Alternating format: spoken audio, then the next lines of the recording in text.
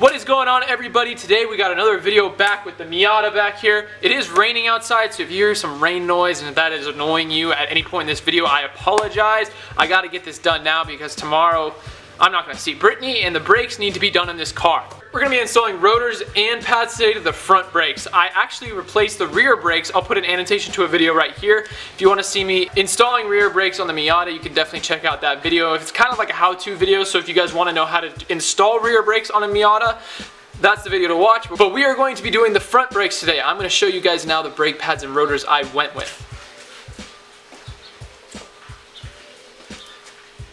So we got some slotted rotors today and we got some really good brake pads. These brake pads are actually made of, some part of it is made of carbon fiber, which is pretty cool, but I got them because they're ceramic performance pads and they'll stop the Miata a lot better than it is stopping now. So doing the front brakes is really going to either make your performance of braking better or break it.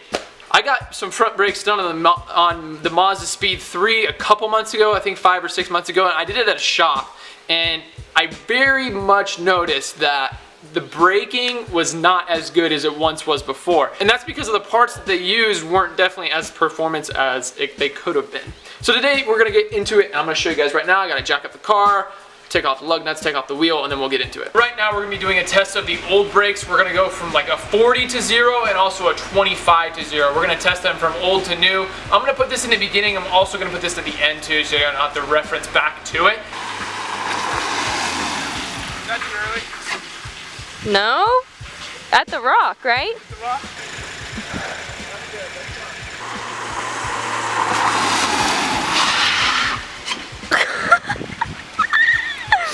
Oh my gosh. Did I stop a little early?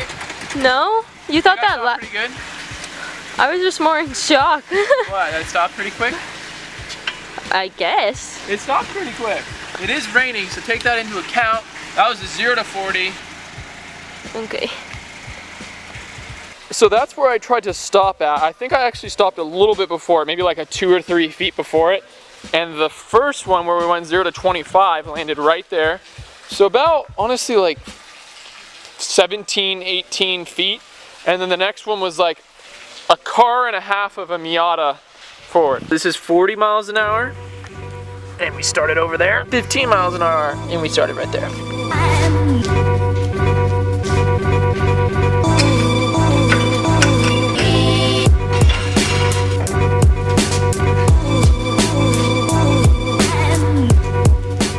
The next thing we're going to be doing is disconnecting this caliper bracket. Now there's going to be, or the caliper, so there's going to be 2 bolts. One on the top, which is right here, and one on the bottom, which is right here, so we can take off the caliper.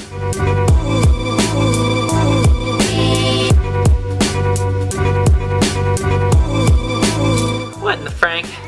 There's 2 bolts that are impossible to get off, so I squared some WD-40 on them, but it's a 17 and a 14 millimeter bolt. What the frank? Lynn? Delanor, what's about? The rotors definitely aren't great. These definitely need to be replaced. The pad, there's a ton of brake pad left, but it is crackly. Look at those. Ooh.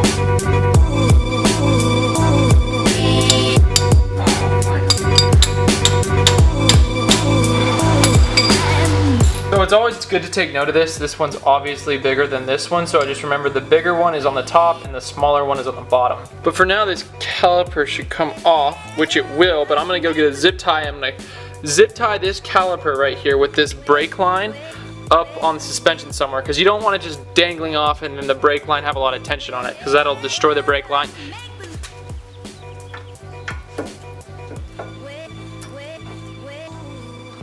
Oh. Perfect. So at this point, if you were just replacing the brake pads, you wouldn't need to take the caliper bracket off, but we are actually doing the rotors as well, so we need to take this caliper bracket off, which is 2 bolts back here as well.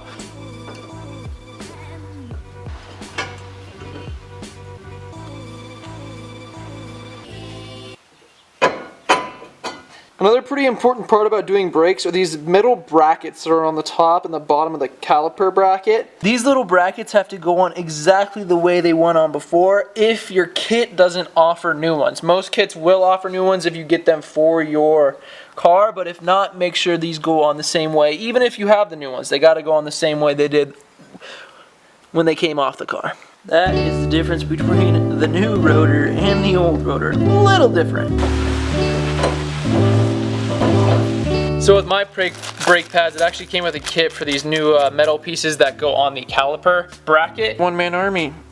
Oh.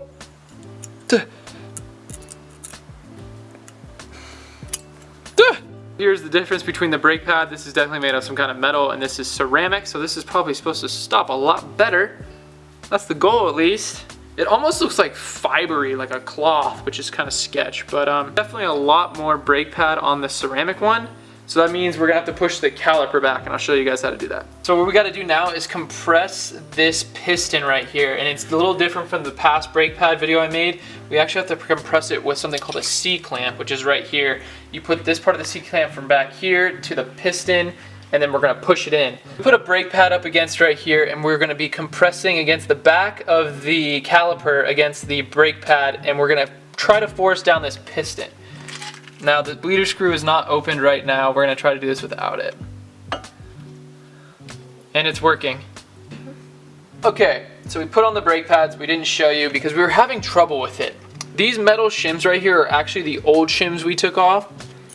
These are the new ones. We put the new ones on, and this pad that came with these new shims would not go on. When we tried for like 20-25 minutes on its, or probably less than that. Maybe it was 25. It doesn't matter. It didn't go on. We used the old ones. It doesn't matter. They're just keeping the things in place, and now we're gonna put the caliper on. Since the piston is pushed back, it goes on perfectly fine. If the piston wasn't pushed back, then it wouldn't go on at all, and you need to push the piston back. Like I did before, I'm making sure this big one goes on the top. It's also a 17mm head, and the bottom one's a 14mm head, and it's gonna go on the bottom. So now that there's our hand tight, we're gonna go on and do the other side, and we're gonna get this done really quick. Then we're gonna press the brakes so the caliper meets the actual brake pad itself, and then we're gonna put the wheels back on and test them.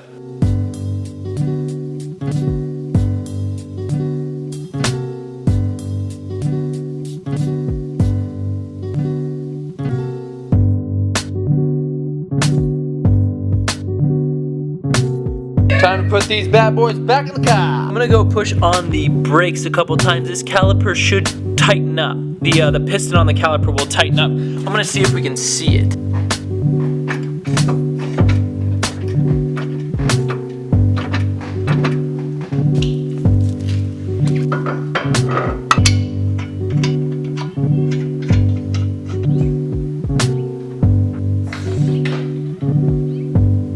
Right now what we're going to do is actually bed in the brakes. Now there's many different methods, and if you ask one person how to bed in a brake, you're going to get a different answer from someone else.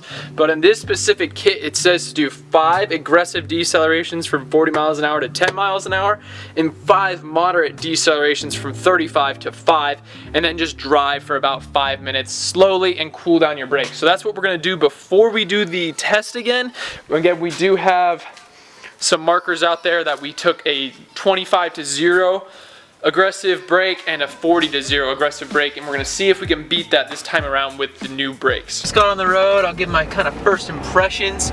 Again, the front brakes do most of the braking, so I'm expecting kind of a drastic change here. 40 to 10 5 times aggressively, 35 to 5 times moderately aggressively, and then drive around for 5 minutes. So I'm gonna whip around here in a second, and then we're gonna go 40 to 10. 40, get in a straight line to 10. Okay, that wasn't the best. So we just did them all. Honestly, after every single time it got better and better, which is good, and I've been told after a period of time, even the next 100 miles, it'll get a little better and better as we go on. And now after this, after we drive for the next 5 minutes to cool them down, we are going to do that test again that you guys will see. So I'll play the old one and the new one. So this first one is gonna be 25 to 0, and the second one is gonna be 40 to 0. Dead stops, and we'll see how we do.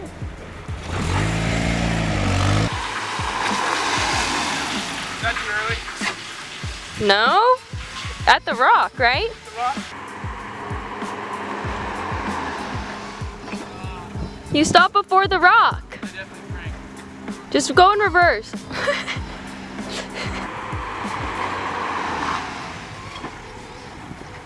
telling me you're looking at this rock and then hitting the brakes? I'm trying. That's just an incredible improvement.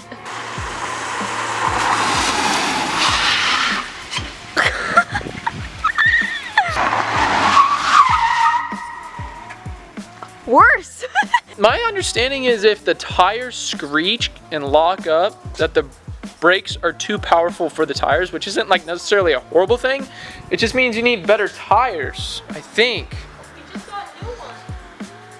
But technically, if we had a wider tire with more tire on it, the tires shouldn't have locked up. That's what I'm getting from that. On the 25 to 0, we definitely did a lot better than this. We got like halfway up here. Here's the freaking peel we had going right here, and it looks like there was some peel, a tiny bit of peel right here before. It just didn't peel super bad. Guys, that is the video. If you liked the video, like the video. If you guys learned something today, like the video. If you dislike the video, then like the video. Always like that video. You don't have to like the video. If you want to like the video, go for it. But if you don't want to, don't.